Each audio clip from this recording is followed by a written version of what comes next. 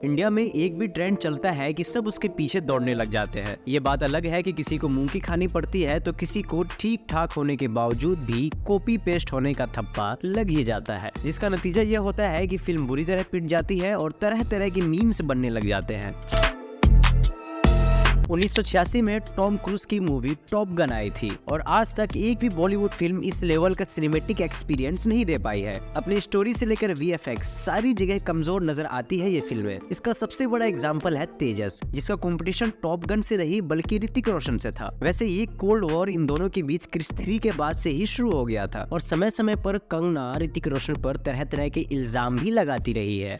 Queen release हुई तो फिर से आ गए जना, मुझसे बड़ी गलती हो गई, मुझे माफ कर दो।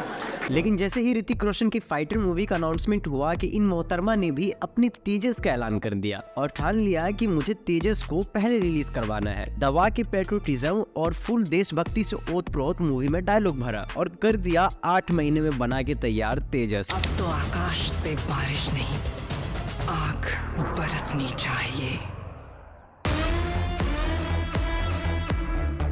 मूवी तो बन चुकी थी, लेकिन इन सब के बीच एक चीज तो छूट ही गया था, वो था कहानी और वीएफएक्स पर काम। कमजोर वीएफएक्स और घिसी पीटी कहानी के चलते इस फिल्म के डॉग फाइट यानी 2 फाइटर जेट के बीच का फाइट रियल कम और गेम जैसी ज्यादा लगने लगी। तो छोड़ेंगे नहीं।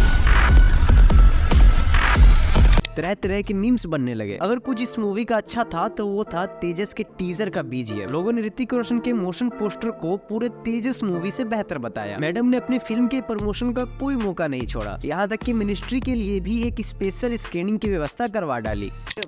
योगी जी की आंखों में आंसू आ गए थे और वो इतने भावुक हो गए थे फिल्म देखकर, और उन्होंने हमें आश्वासन दिया है कि वो इस फिल्म के जो जितने भी दुश्मन, जो जितने भी एंटी नेशनल जो जिसे कह सकते हैं तत्व हैं, वो इसके पीछे पड़े हुए हैं। तो उन्होंने आश्वासन दिया है कि वो हमारी सपोर्ट करेंगे। लेकिन अफसोस, फिल्म देखने का आखिरी फैसला ऑडियंस का होता है। मैडम ने परेशान होकर आखिर में एक मार्मिक वीडियो भी बनाई और कोविड की दुहाई देते हुए फिल्म न देखने वाले को देखने के लिए उकसाया। दोस्तों, पिछले कल हमारी फिल्म तेजस सिनेमा घरों में आई है और जिन्होंने भी ये फिल्म देखी है बहुत सराहना और हमें बहुत आशीर्वाद दे रहे हैं।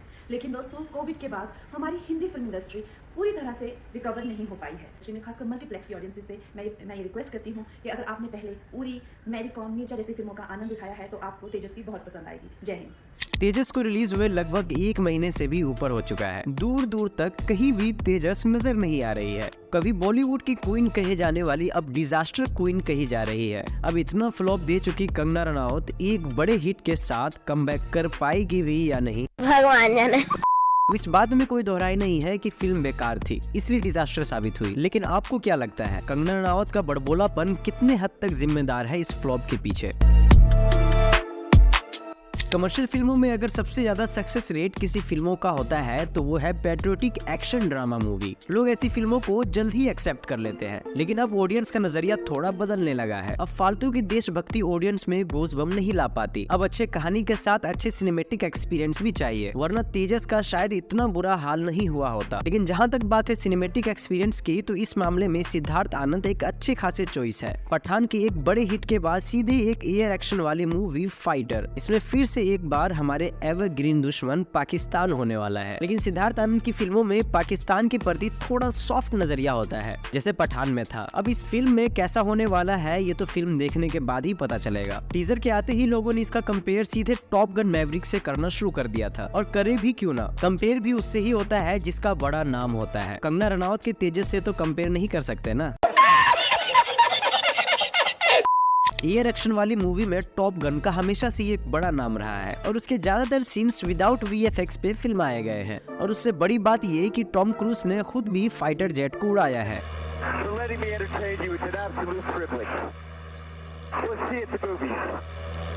फाइटर के भी बहुत सारे सीन्स टॉप गन मैवरिक से कॉपी लगते हैं, जैसे डॉग फाइट या वैली के बीच से गुजरने वाला सीन्स। वैसे सिद्धार्थ आनंद का टॉम क्रूज की फिल्मों से एक अलग ही नाता है। इससे पहले सिद्धार्थ आनंद ने बैंग बैंग मूवी बनाई थी, जो टॉम क्रूज की ही फिल्म नाइट एंड डे की ऑफिशियल रीमेक थी। और जहाँ तक बात है फाइटर के टीजर की, तो फाइटर के टीजर में भी कुछ सीन लॉजिकल नहीं लगता। ये सोचने वाली बात है कि कोई व्यक्ति चलते हुए एक फाइटर जेट से कैसे छलांग लगा सकता है। लेकिन यहाँ ये थोड़ा साफ नहीं है कि जंप फाइटर जेट से ही लगाया गया हो।